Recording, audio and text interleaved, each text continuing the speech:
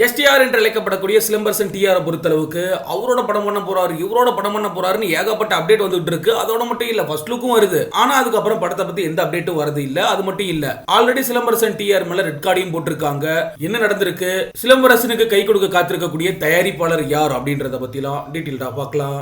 F1 car ரேஸ்ல பாத்தீங்கன்னா bit ஸ்டாப்னு ஒன்னு இருக்கும். அங்க சின்னதா ஒரு பிரேக் எடுத்துட்டு திரும்பவும் காரை எடுத்தாங்கன்னா எங்கேயுமே நிக்காது, போய்கிட்டே இருக்கும். அப்படின்ற மாதிரி சிலம்பரசன் டிஆர் வேற லெவல் எனர்ஜியோட திரும்பவும் மாநாடு அப்படின்ற படத்தை கொடுத்து செம்மையான ஒரு கம்பேக் கொடுத்திருந்தாரு.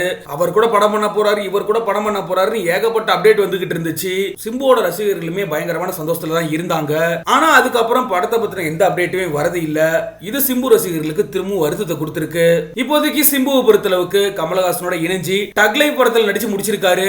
STR 48 ராஜ்கமல் நிறுவனம் தயாரிப்புல தேசிக பெரியசாமி இயக்க போவது அறிவிக்கப்பட்டிருந்துச்சு.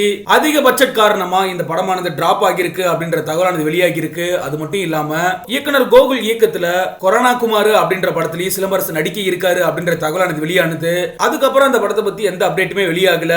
2018 பட இயக்குனரான ஜோசப் ஆண்டனியோட சேர்ந்து ஒரு படம் எடுக்க போறாரு சிம்பு அப்படின்னு சொல்லப்பட்டது. ஆனா அந்த படமுமே பெரிய பட்ஜெட் அப்படிங்கிறதுனால எந்த தயாரிப்பாளர் அந்த படத்தை எடுக்க தயாரா இல்ல.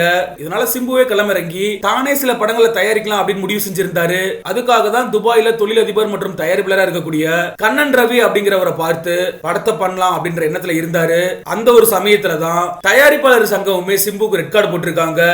திரும்பவும் விஷால், தனுஷ், சிம்புன்னு 3 பேத்துக்குமே ரெட் கார்டு விழுந்திருக்கு.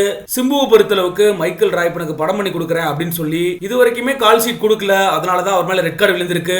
இருந்தாலும் சிம்பு அவரோட பணத்தையே திரும்பி கொடுக்குறேன் அப்படின்னு வாக்கு கொடுத்திருக்காரு. இதுவரைக்கும் கொடுத்த எல்லா அப்டேட்டையும் ஓரம் கட்டிட்டு அஸ்வத் மாரிமுத்து இயக்கத்துல படம் பண்ண இருக்காரு சிலம்பரசன் டிஆர். அஸ்வத் மாரிமுத்து சிம்பு கூட்டணியில விரைவிலே இந்த படமானது தொடங்கி இருக்கு.